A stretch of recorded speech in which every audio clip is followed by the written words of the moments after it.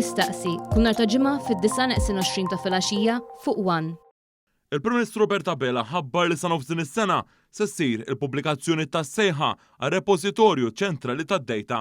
Il-Prim Ministru ħabbar dan waqt laqgħa oħra tal-Kabinett man-nies bit-tema Inwettqu Flimkien li sar fil-binja tal-Malta Business Registry, l-MBR fiż-Żejtun li trattat is-suġġett tal-ekonomija.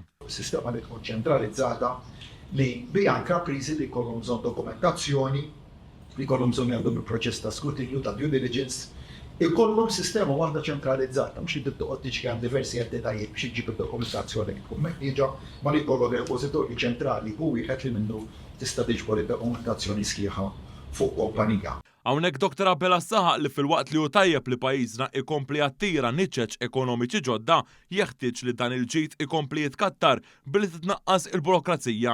Il-Prim Ministru fisser li dan hu l-mod kif jinstabu soluzzjonijiet innovattivi u moderni li jiffaċilitaw il-ħidma tal-intrapriżi. Soluzzjonijiet oħra innovattivi biex propju jiċċieldu l-element ta' burokrazija żejda, insemmi il-fatt li l-arbitru finanzjarju se jkun qed jibda jħaddem il-Credit Review Office. Hawnhekk Dr Abela ħabbar ukoll li se jibda jopera Credit Review Office mill-ġimgħat li ġejjin u spjega li l-funzjoni tal l-uffiċċju se jkun qed jirrikonċilja bejn banek u negozji dwar self-moti l-istess negozju.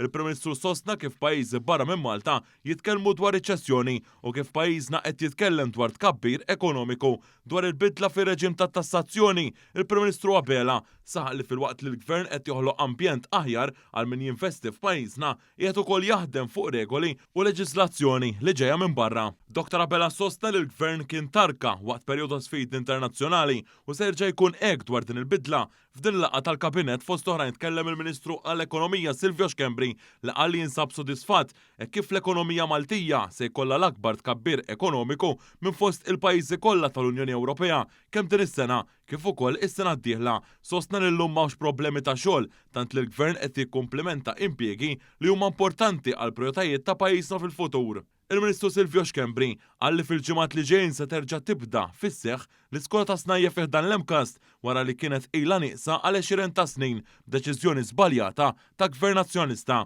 Bil-Prim Ministru dwar dan il-punt tkellem dwar kif se jibda fost oħrajn il-kors tal-veterinarji. F'din is-seduta tal-Kabinett kellmu bosta nies li b'xi mod jew ieħor jikkontribwixxu fil-qasam ekonomiku ta' pajjiżna li ġejjin minn oqsma differenti, inkluż dawk tal-intelligenza artifiċjali tal-lob diġitali u anke mis-settur tal-ikel.